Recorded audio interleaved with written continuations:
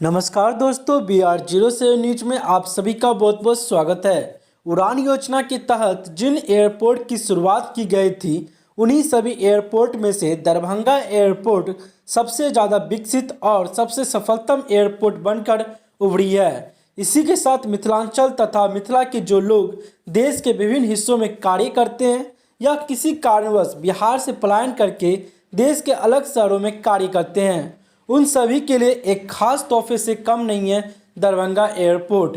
लेकिन अभी तक पूर्ण रूप से विकसित न होने के बावजूद भी दरभंगा एयरपोर्ट ने इतना कमाल कर दिखाया है और इन्हीं सफलता को और हासिल करने के लिए कई तरह के प्रयास किए जा रहे हैं।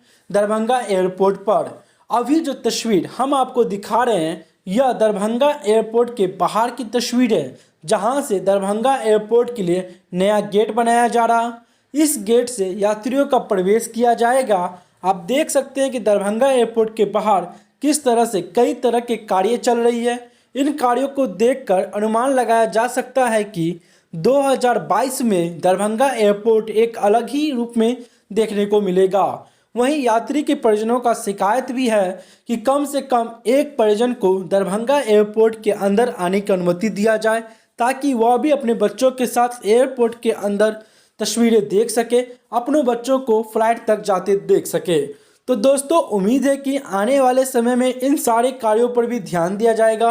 तो दोस्तों बताएं, हमारा रिपोर्ट आपको कैसा लगा।